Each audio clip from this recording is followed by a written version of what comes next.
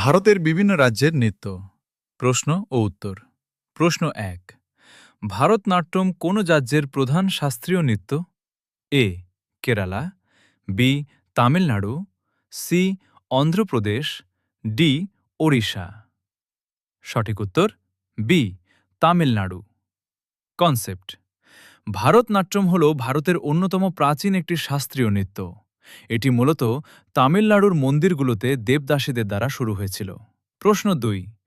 কথাকলি এবং মোহিনী আট্টম নৃত্য দুটি কোন রাজ্যের সাথে যুক্ত? এ. উত্তর Bharat, B. Karnataka, C. Kerala, D. Tamil Nadu. সঠিক উত্তর সি. কেরালা। কনসেপ্ট: কেরালা হল এমন একটি রাজ্য যেখান থেকে দুটি প্রধান শাস্ত্রীয় নৃত্যের উৎপত্তি হয়েছে। এক. কথাকলি, যা মূলত একটি নৃত্যনাট্য এবং এতে ভারী মেকআপ ব্যবহার করা হয়, এবং ২. মোহিনী আট্টম। প্রশ্ন ৩। বিহু কোন রাজ্যের একটি অত্যন্ত জনপ্রিয় উৎসব এবং লোকনৃত্য? এ. মেঘালয়, বি. মিজোরাম, সি. অসম, ডি. হিমাচল প্রদেশ। সঠিক উত্তর সি. অসম। কনসেপ্ট: বিহু বিহু কোনো শাস্ত্রীয় নৃত্য নয়, এটি একটি লোকনৃত্য, ফোক ড্যান্স। অসমের মানুষ নতুন ফসল তোলার উৎসব এবং নববর্ষ উদযাপনের সময় এই আনন্দময় নৃত্যটি পরিবেশন করেন। ৪. কুচিপুড়ি কোন রাজ্যের বিখ্যাত শাস্ত্রীয় নৃত্যশৈলী? A. Andhra Pradesh, B. Tamil Nadu, C. Karnataka, D. Maharashtra. সঠিক উত্তর এ. অন্ধ্রপ্রদেশ।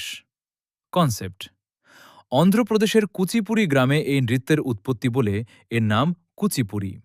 এটি মূলত গান এবং নৃত্যের একটি চমৎকার সংমিশ্রণ। প্রশ্ন ৫। গরবা এবং ডান্ডিয়া রাস কোন রাজ্যের ঐতিহ্যবাহী লোকনৃত্য? A. Rajasthan, B. Punjab, C. Gujarat, D. Goa. সঠিক উত্তর সি. গুজরাট। কনসেপ্ট: গরবা ও ডান্ডিয়া প্রধানত গুজরাটের লোকনৃত্য হলেও বর্তমানে পুরো ভারতে, বিশেষ করে দুর্গাপূজা ও নবরাত্রির সময় এই নাচ অত্যন্ত জনপ্রিয়। প্রশ্ন ৬। কত্থক ভারতের কোন অঞ্চলের একটি প্রধান শাস্ত্রীয় নৃত্য? এ. দক্ষিণ ভারত, বি. উত্তর ভারত, সি. পূর্ব ভারত, ডি. পশ্চিম ভারত। সঠিক উত্তর বি. উত্তর ভারত। কনসেপ্ট: কত্থক শব্দটি এসেছে কথা থেকে, যার অর্থ গল্প বলা।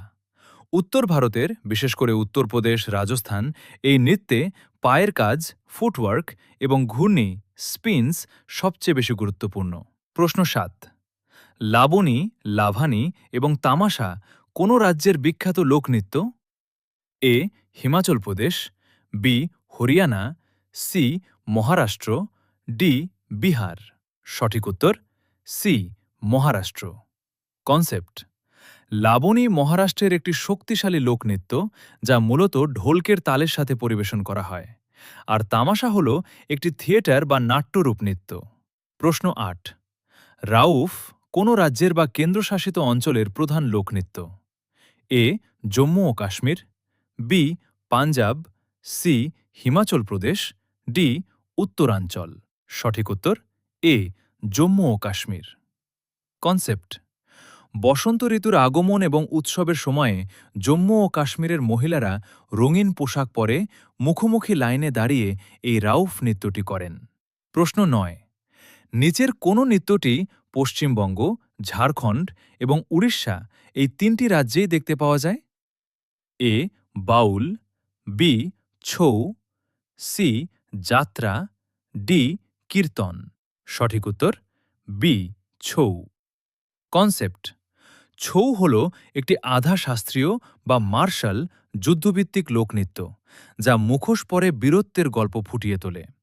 এটি ভারতের পূর্ব দিকের তিনটি রাজ্যেই, পশ্চিমবঙ্গ, ওড়িশা ও ঝাড়খণ্ড, নিজস্ব আঞ্চলিক বৈচিত্র্য নিয়ে জনপ্রিয়। প্রশ্ন ১০। ভাংড়া এবং ঘিন্ধা কোন রাজ্যের ঐতিহ্যবাহী নৃত্য? A. Haryana, B. Rajasthan, C. Punjab, D. Gujarat. সঠিক উত্তর সি. পাঞ্জাব। কনসেপ্ট: ভাংড়া সাধারণত পুরুষরা করে থাকেন এবং ঘিন্ধা হল পাঞ্জাবের মহিলাদের একটি অত্যন্ত জনপ্রিয় লোকনৃত্য যা উৎসব বা বিয়ের অনুষ্ঠানে করা